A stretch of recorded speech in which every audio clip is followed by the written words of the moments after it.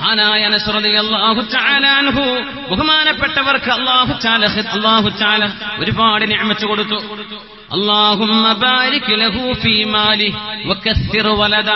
അല്ലാഹുവേ അനസിന്റെ സമ്പാദ്യത്തിൽ നീ ബറകത്ത് കൊടുക്കണമേ, അനസിന് നീ ഒരുപാട് മക്കളെ കൊടുക്കണമേ എന്ന് മുത്തുനബി ദുആ ചെയ്തിട്ടുണ്ട് സല്ലല്ലാഹു അലൈഹി വസല്ലം. മഹാനായ ഇമാം ദഹബി തങ്ങൾ സൈർ അലാമിൻ നുബലായിൽ അനസ് റളിയല്ലാഹു അൻഹുവിന്റെ മക്കളും മക്കളുടെ മക്കളുമായി 100 പേരെ ഞാൻ കണ്ടിട്ടുണ്ട് എന്ന് രേഖപ്പെടുത്തിയിട്ടുണ്ട് ഉലമായിൽ നിന്ന് ഉദ്ധരിച്ചുകൊണ്ട്. കുല്ലുഹും ഖറഉൽ ഖുർആൻ, പണ്ഡിതന്മാരായി മാറിയവർ. അനസ് തങ്ങളുടെ ജീവിതകാലത്ത് തന്നെ 7 മക്കൾ, അവരുടെ വഫാത്തിന് ശേഷമുണ്ടായ 100ഓളം മക്കൾ അവരുടെ പേരക്കുട്ടികളായിട്ട് ഞാൻ കണ്ടിട്ടുണ്ട്. എല്ലാവരും നല്ല മക്കൾ. എന്താ കുഴപ്പം? എല്ലാവരും ആലിമീങ്ങൾ. എവിടെന്നാണ് ഈ ബറക്കത്തുണ്ടായതെന്നറിയുമോ?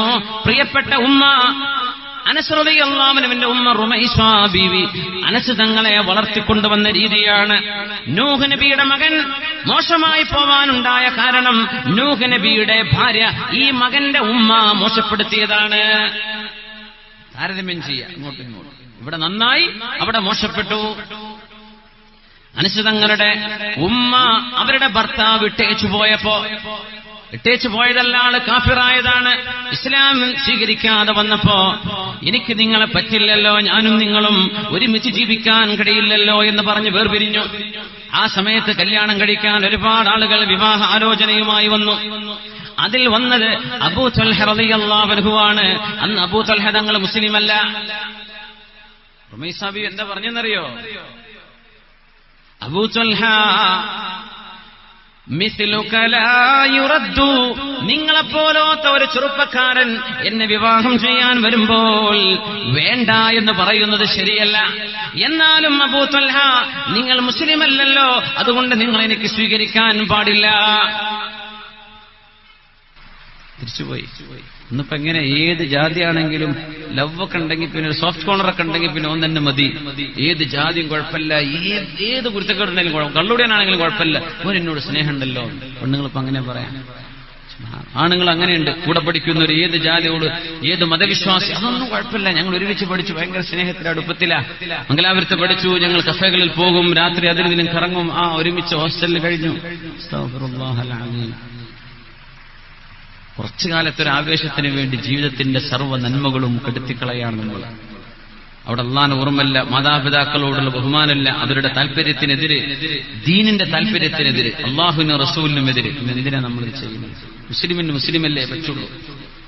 അൻ യുഹ്സിന ഇഖ്തിയാറ ഉമ്മിഹി, തന്റെ മക്കൾക്ക് ഗർഭം ധരിക്കാൻ പോകുന്ന, ജന്മം കൊടുക്കുന്ന ഉമ്മമാരെ വാപ്പ തെരഞ്ഞെടുക്കണം. എന്ന് പറഞ്ഞാൽ ആരാണ് തന്റെ ഭാര്യയെന്ന് കൃത്യമായി സെലക്ട് ചെയ്തെടുക്കേണ്ട വിഷയമാണ്. ഓൺലൈൻ ഫ്രണ്ട്ഷിപ്പിൽ കയറിയിട്ട് കല്യാണം കഴിച്ചുകൂടേണ്ടതല്ല.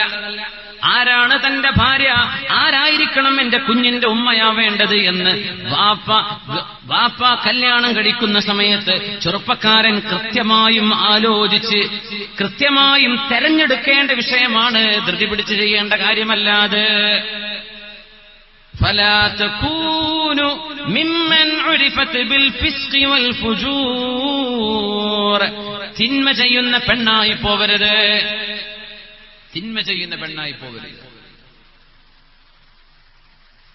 ഈ പ്രേമിച്ച് കല്യാണം കഴിച്ചാലൊക്കെ ചിലപ്പോൾ കുറച്ച് വിജയിക്കുന്ന കേസുകൾ വളരെ കുറവ്. വിജയിക്കാന്ന് ഞാൻ പറയല്ല, സക്സസ്ഫുൾ ആയി പോകുന്ന കുടുംബജീവിതം കുറവാണ്, അധികവും ഫെയില്യൂറാണ്. കുറച്ച് കാലം കഴിഞ്ഞാൽ ഈ ആവേശം കുറയും. അതാ കിട്ടണവരാണ് ആവേശം ഉണ്ടാവും, കിട്ടിക്കഴിഞ്ഞാൽ ആവേശം പോകും.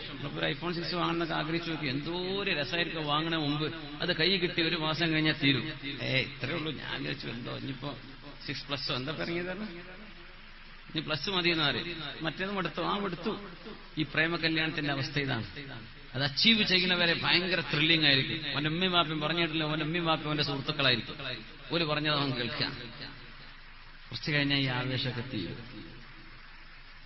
അപ്പൊ ഇവന്റെ ചിരി കണ്ട് മയങ്ങിപ്പോന്നതാണ് ഇവള്. ചിലപ്പോ ഹോസ്പിറ്റലിൽ നിന്ന് കണ്ടതാണ്, കോളേജിൽ നിന്ന് കണ്ടതാണ്, റോഡ് സൈഡിൽ നിന്ന് കണ്ടതാണ്, അല്ലെങ്കിൽ സ്ഥിരം ഷോപ്പിലേക്ക് വരുന്ന കസ്റ്റമറാണ്. ഇവന്റെ ചിരി കണ്ട് അവൾ മയങ്ങിയിട്ടുണ്ടെങ്കിൽ ഇവനേക്കാളും ഗ്ലാമറുള്ള ഒരുത്തന്റെ ചിരി കണ്ട അവൾ മയങ്ങും. അതാണ് ഇതിന്റെ ലോജിക് അല്ലേ? അതാണ്.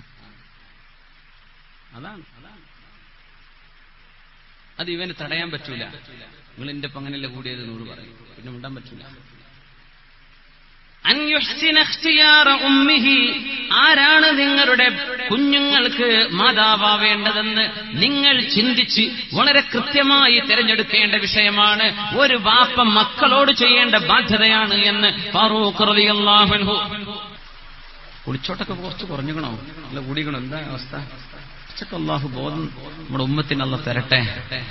ഈ കുട്ടികൾ ഇങ്ങനെ റൂമിലിരുന്നിട്ട് കമ്പ്യൂട്ടറിന്റെ മുമ്പിലാണ്, പുറം ലോകം ഒന്നും അറിയുന്നില്ലല്ലോ, സ്ക്രീനിന്റെ മുമ്പിലുള്ള ജീവിതം. നമ്മളൊക്കെ അങ്ങനെയാണ്, ഒരു മൊബൈലിൽ കളിക്കുക, കമ്പ്യൂട്ടറിൽ കളിക്കുക എന്നല്ലാതെ ഒരു മാനസികമായ ഒരു പക്വത വരാത്തൊരവസ്ഥ വരുന്നുണ്ട്.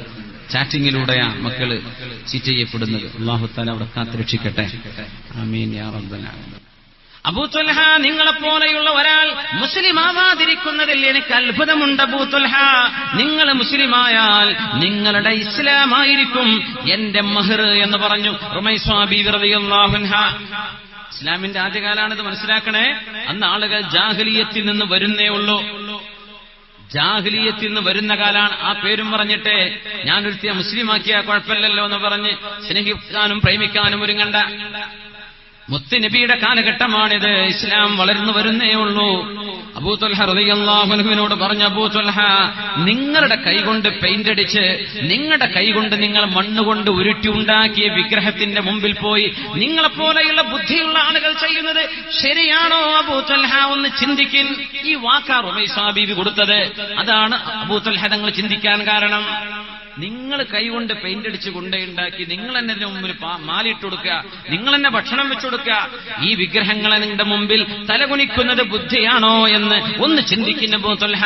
പിറ്റേന്ന് രാവിലെ വരുന്നത് അശ്ഹദു അല്ലാ ഇലാഹ ഇല്ലല്ലാഹ് വഅശ്ഹദു അന്ന മുഹമ്മദുർ റസൂലുള്ളാഹ്. റുമൈസ, നിങ്ങൾ എന്താണോ എന്നോട് നിർദ്ദേശിച്ചത് ആ വഴിക്ക് അല്ലാഹു എന്റെ ഹൃദയത്തിന്റെ വെളിച്ചം തന്നു, ഞാൻ മുസ്ലിം ആവുകയാണ്. അങ്ങനെ കല്യാണം കഴിച്ച മഹദിയാണ് റുമൈസ ബീവി. ഉമ്മു സുലൈം റളിയല്ലാഹു അൻഹ ഒരുപാട് ത്യാഗം സഹിച്ചു. മിഅ്റാജിന്റെ രാവിൽ മുത്തുനബി തങ്ങൾ ആകാശലോകത്തേക്ക് പോയപ്പോ പറഞ്ഞിട്ടുണ്ടല്ലോ, സമിഅതു ഖശ്ഫതൻ ബൈന യദയ്യ, എന്റെ മുമ്പിൽ ഞാനൊരു കാലൊച്ച കേട്ടു. ഞാൻ ചോദിച്ചു, ആരാണിത്? ഫഖീല ലീ, എന്നോട് പറയപ്പെട്ടു, ഇന്നഹ റുമൈസ ഇംറഅതു അബീ ത്വൽഹ. അബൂ ത്വൽഹ റളിയല്ലാഹു അൻഹുവിന്റെ ഭാര്യ റുമൈസ ബീവിയാണ് നബിയേ. അത് റുമൈസ ബീവിയുടെ കാലൊച്ചയാണ് നിങ്ങളാ കേട്ടത്. മദീനയിൽ ബീവി ജീവിച്ചിരിക്കെ തന്നെ സ്വർഗ്ഗലോകത്ത് അല്ലാഹു വീട് കൊടുത്തു എന്ന് മിഅ്റാജിന്റെ രാവിൽ മുത്ത് റസൂൽ സ്വല്ലല്ലാഹു അലൈഹി വസല്ലം ത്യാഗം ചെയ്ത് മക്കളെ വളർത്തിയ ഉമ്മയാണത്, ക്ഷമിച്ച ഉമ്മയാണത്. ആ ഉമ്മാക്ക് അല്ലാഹു നൽകുന്ന പ്രതിഫലമാണത്. വഹൽ യുർജാ ലിഅത്ഫാലിൻ സ്വലാഹു ഇദ റതദഉ സുദിയൻ നാഖിസാതി. ഉമ്മമാര് നന്നാവുമ്പോഴല്ലേ മക്കള് നന്നാവൂ. ബാപ്പമാർ നല്ല ശിക്ഷണം കൊടുത്താലല്ലേ മക്കൾക്ക് നന്നാവാൻ കഴിയൂ. നമ്മുടെ ബാധ്യതയാണത്. മക്കൾ നമുക്ക് അനുഗ്രഹമാണ്. അത് നമുക്ക് അല്ലാഹു പരീക്ഷണമാക്കാതിരിക്കാൻ നമ്മൾ ചെയ്യേണ്ട ചില ഉത്തരവാദിത്തങ്ങളിലേക്കാണ് നമ്മൾ സൂചിപ്പിക്കുന്നത്. അല്ലാഹു നമ്മുടെ യുവതലമുറയെ, നമ്മുടെ മക്കളെ, നമ്മുടെ മക്കളുടെ തലമുറകളെ സ്വാലിഹീങ്ങളും ആബിദീങ്ങളും മുത്തഖീങ്ങളുമാക്കി തരട്ടെ. ആമീൻ യാ റബ്ബൽ ആലമീൻ. صلوا على النبي محمد وآله. اللهم صل على سيدنا محمد وعلى آل سيدنا محمد وبارك وسلم عليه. ജസാക്കുമുല്ലാഹു ഖൈറ. നിങ്ങളുടെ ദുആയിലേക്ക് ഉൾപ്പെടുത്തണേ എന്ന് വസിയത്ത് ചെയ്തുകൊണ്ട് അസ്സലാമു അലൈക്കും വറഹ്മത്തുള്ളാഹി വബറകാതുഹു.